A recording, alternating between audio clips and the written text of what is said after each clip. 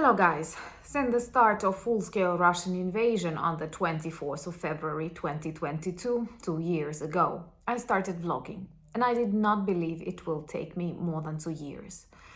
But what I have to mention today is that our third year of full-scale war with Russia will start with explosions in Lipetsk in Russian Federation. And this is another victory of Ukraine and its allies, that war finally returns back home to Russia where it belongs. And hopefully together we will be able, first, stop Russian war crimes inside Ukraine and then stop crimes inside Russia, because there are too many. And in this video before our stream today, I would like to summarize this week, because it was actually very hot for Russian army and very deadly too. My name is Anna, and I vlog daily from Ukraine since the start of the brutal Russian invasion. So if you're new to the channel, you support Ukraine, please subscribe and help us fight against Russian propaganda and fake news. And my longtime friends, I love you, check your subscription status and hit notification button. So yesterday in the evening there were other good news, not only the destruction of A-50, I will tell you a little bit more about that later in the video, but also explosions and fire in Lipetsk metallurgical plant. Lipetsk is located almost 500 kilometers away from Ukrainian border, which once again proves Ukrainian-made drones are able to travel really far away inside Russian area, making Russia a very vulnerable country. So please, our allies all over the world, stop being afraid of this dying, collapsing imperial monster. What happened in Lipetsk? Our Ukrainian drones targeted their metallurgical plant that produces armored steel for Russian military. So it's super important that we managed to break that technological chain, destroying some of the important elements, and it will take months to repair.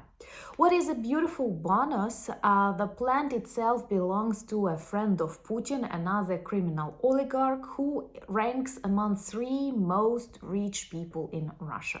So you see, Ukrainians not only help destroy Russian evil military plans, but also ruin their oligarch system. And I think in general it's beautiful, and I hope in the next year that will bring Ukraine victory, we will learn more about Russian geography based on the locations of explosions and destructions of military objects there. But the fire and explosions and destructions and problems on one of the biggest metallurgical plants that produces armored steel is definitely good. But the emotions I felt when I've learned about the destruction of another A-50, which is a super rare, super important and also very expensive Russian aircraft, it can be compared to a commander point, because it is early warning and control aircraft that patrols around Ukraine borders and inside Ukraine, getting all the information about our air defense systems, about our bombers. Of course, we don't have that many as Russia does. We are waiting for F-16s to arrive, but it takes like a year or more. So we are doing our best to destroy their aviation, because this is what prevents Ukrainian armed forces from regaining the territories. At this moment, they have like 300 active jets, and we definitely have fewer. So this A-50 costs approximately $330 million.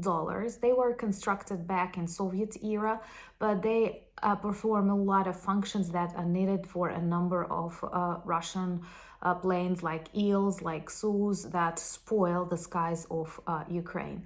And not only we destroyed the jet, the aircraft perhaps, but also professionals who were in it. And in Russian publics, they feel really sorry that they don't have enough people qualified to fly on this aircraft anymore. But the best advice I can give to any Russian: don't you come to invade Ukraine, and just continue living in your country and everything will be fine. That's the best way to save your health and your life. Just stay in Russia. There are lots of things to do inside your country. You have watched enough of this video if you're new to the channel, so join our friendly community, subscribe and demonstrate your solidarity with Ukraine and all the democratic world. What is also good, according to trusted news sources, we have destroyed another Su-34 jet yesterday on the temporarily occupied Ukrainian territories of Kherson region, and there are lots of videos of fires and destructions there. So to sum it up, we may say that during this week, guys, and I don't know why global headlines do not shout about that, we have destroyed 8 Russian aircraft, Su of different types, and 9 is A-50, a super expensive and rare aircraft. So altogether 9 Russian aircraft, military aircraft in just 1 week. And you will not find it on the headlines in the world. And I have this very bad suspicion that the plan from the very start was not to let Ukraine die, but also not to let Russia lose. And that's bad, because Russia is evil, comparable to the Germany in the end of 30s and the beginning of 40s. I avoid bad words on YouTube because it's very sensitive, so I think it's extremely important to have a plan of Ukrainian victory, but not just like this frozen conflict or buffering zone. You won't believe, but there are lots of people who write me emails telling like, well, it may be that you will remain a buffering zone, it's bad, but it's not that bad, train well, and so on. No, that's not the way we in Ukraine see our future. So, and we prove that with our actions. Even desperately lacking ammunition, we are able to destroy 8 aircraft and 1 A-50 as a super bonus within 1 week. With HIMARS, and thank you for giving us HIMARS, we use them effectively. We've destroyed big groups of Russian invaders, also on their proving grounds, if I'm correct with that. They were training to kill Ukrainians, and we decided to prevent them from doing it. And once again, I will repeat my advice: Russians, if you want to survive, just don't cross the borders of Ukraine, marked since 1991. So with these 2 hits of Russian proving grounds on the territory of temporarily occupied Ukrainian lands, we sent approximately 200 invaders to hell, where they belong, and Russia is losing people in thousands daily. For them it is okay, and I feel like that the destruction of aircraft, the destruction of Tor and Solntsepek missile complexes, missile systems that we have done today, this works better for them. Unfortunately, they value human life less than they value ammunition.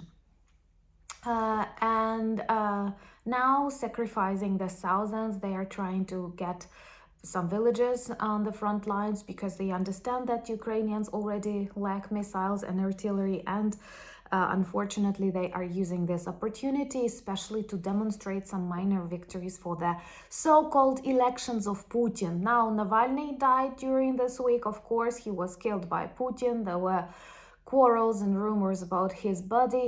Let me know in the comments below, do you think Navalny's funeral will be public, and can it lead to some protests and movements inside Russia? Personally, I have doubts. I do not believe in Russian population at the moment. They will need decades of education, I don't know, psychological help, de-zombification for them to become a civil society. 2 years and another one is starting, and in general there are 10 years of Russian war against Ukraine, and centuries before that when they tried to erase our culture, our language, and so on. Let's talk about this 2 years of violence, brutality, and Ukrainian bravery and resilience, and our international friendship in the live stream today. Join me on the channel, 9 p.m. Kyiv time. You can already find a link on the channel. I will be very glad to share this very complicated time with you, but I'm beyond grateful that our channel grew into such community. So this is something that gives me hope that we will win, and maybe even this year. Let's pray for that. So join me today for our question and answer session. Remember to subscribe to my Instagram. I'm really active there. Also, you can find me on Threads, Discord, and Twitter.